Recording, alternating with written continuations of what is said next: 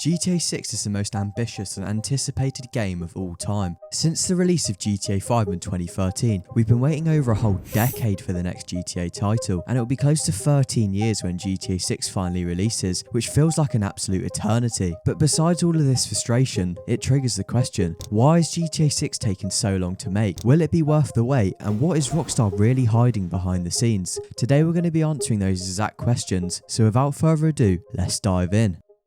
For starters, let's talk about something that not a lot of people are talking about, and that's that the wait for GTA 6 feels a lot longer than it actually is. You might remember that GTA 6 was actually revealed with the first leak all the way back in 2022, and with it dropped around 90 clips or around 50 minutes of GTA 6 footage, all from a hacker who used a flipping Amazon Fire TV stick. Obviously, this wasn't intentional on Rockstar's part, and it meant that GTA 6 was revealed way before it actually ever should have been. For instance, the first official reveal came with Trailer 1 in December 2023, over 1 year since the footage from 2022, and even this was leaked a few hours early by an unofficial source. And this once again forced Rockstar to release GTA 6 information ahead of schedule. So even though Rockstar wanted a tighter reveal schedule between the GTA 6 trailers and release, the release date has been on our mind since 2022. However, Rockstar only confirmed the 2025 release date with Trailer 1, with that meaning that it was just over a year's gap between the two events. For comparison, Red Dead Redemption 2 was announced just 1 year before release as well, but although both games have been delayed, the wait for RDR2 just felt way shorter, unlike GTA 6 that was pushed into the public eye way too early.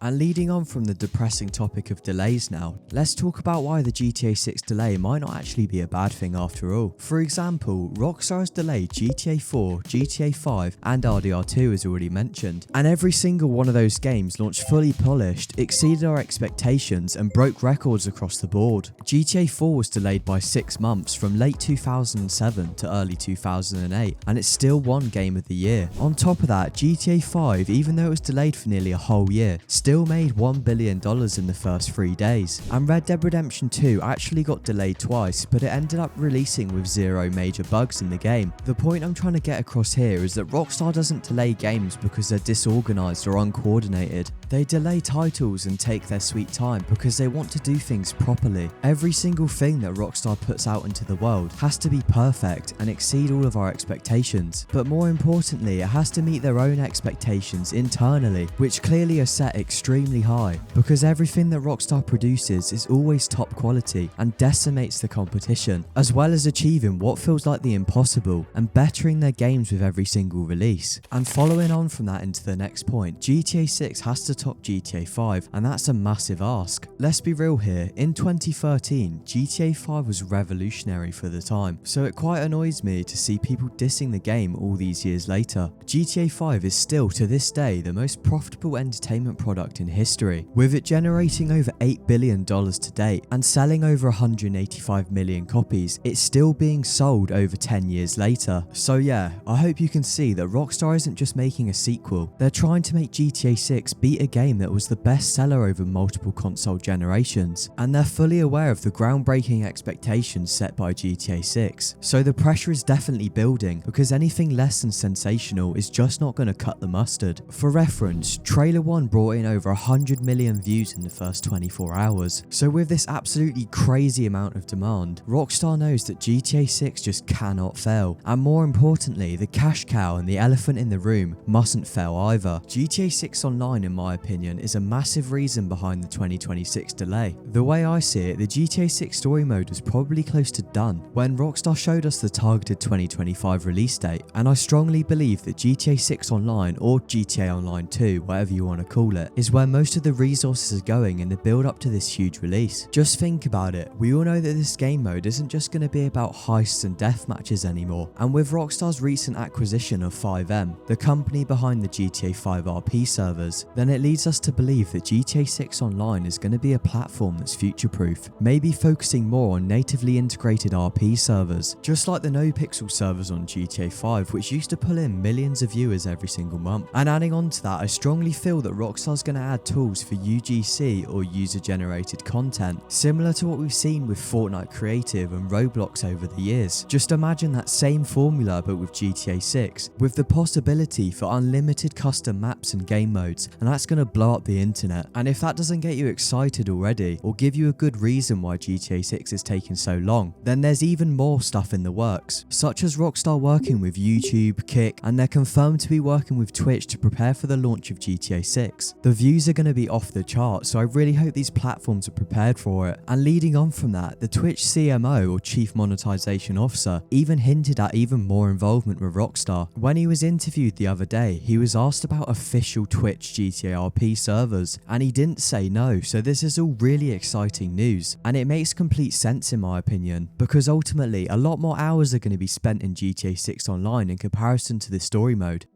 But next up, let's talk about what Rockstar are really building behind the scenes. And by this, I mean there's stuff that takes a lot of time and resources, but we haven't seen that much of, like the upgraded systems and patents to go with them, and also the AI and the crazy graphics upgrades. For instance, just look at the difference in graphics between GTA 6 trailers 1 and 2. Yet again, when I watched trailer 1, I was starstruck and I didn't think it could get much better than that. But in trailer 2, there's just so much more detail, from the faces and the hair and just the overall lighting and graphics is phenomenal. And following on from that, it's hard to believe that the AI and the dynamic world events are going to be more dense in Red Dead Redemption 2. I mean, you may have noticed that even the wing mirrors actually function in GTA 6, and raccoons scavenging through the trash in the background, as well as NPCs reacting with one another without your intervention at all. But that level of detail takes a lot of time and effort, and computing power too, which is likely being developed with Rockstar's in-house engine called Rage 9, which is an absolute beast. But why am I mentioning this? Rockstar's Rage engine, aka Rockstar's Advanced Game Engine, is the same engine that was used on RDR2, which obviously was a brilliant game, but that also took 8 years to produce. But it was worth the wait because it released with over 500,000 lines of dialogue, and it's still one of the highest rated games of all time. So if Rockstar managed to pull that off in 2018, just imagine what they're building now with a speculated $2 billion budget for GTA 6. So just keep that in the back of your mind, because supposedly GTA 6 has been in full-scale development since 2019, so by the time 2026 comes around, that will be around a 7-year production timeline, or 8 years if they started in late 2018, so it's best to be patient that little while longer, because it's 100% going to be worth the wait.